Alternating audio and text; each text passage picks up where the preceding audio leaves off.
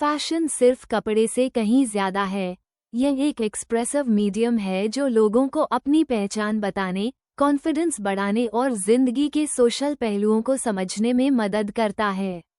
Personal style भी पहचान और इमोशनल स्टेबिलिटी बनाने में एक जरूरी भूमिका निभाता है, खासकर जब लोग उम्रदराज होते हैं और जिंदगी के सभी स्टेज पर एक्सप्रेसिव बने रहने के तरीके ढूंढते हैं।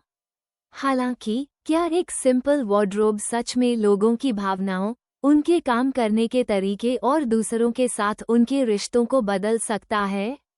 इस सवाल को समझने से फैशन के अलग अलग सोशल और साइकोलॉजिकल असर का पता चलता है।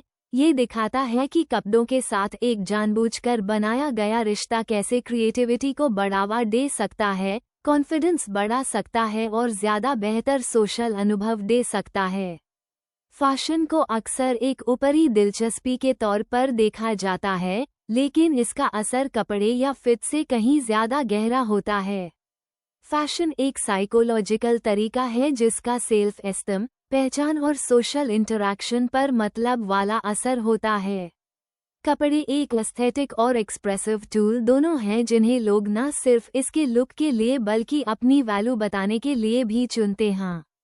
कई लोगों के लिए किसी का अपना लुक सोशल स्टेटस और एम्बिशन को दिखाता है। ऐसा करके लोग फैशन का इस्तेमाल अपनी बात मानने और बगावत करने के साथ साथ खुद की सुरक्षा और खुद को प्रमोट करने के तरीके के तौर पर करते हैं।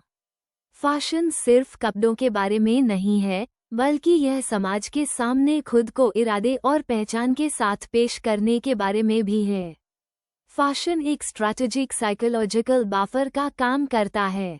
कई लोगों के लिए कपड़े सिर्फ मौसम से ही नहीं, बल्कि जजमेंट और खुद पर शक से भी सुरक्षा के बारे में हैं।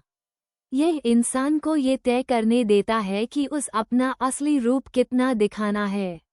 जो लोग एंजाइटी या डिप्रेशन से जूझ रहे हैं, उनके लिए ऐसा आउटफिट पहनना जो अच्छा लगे और अच्छी तरह से फिट हो, एक ग्राउंडिंग एक्सरसाइज का काम कर सकता है, जिससे कंट्रोल का एहसास होता है।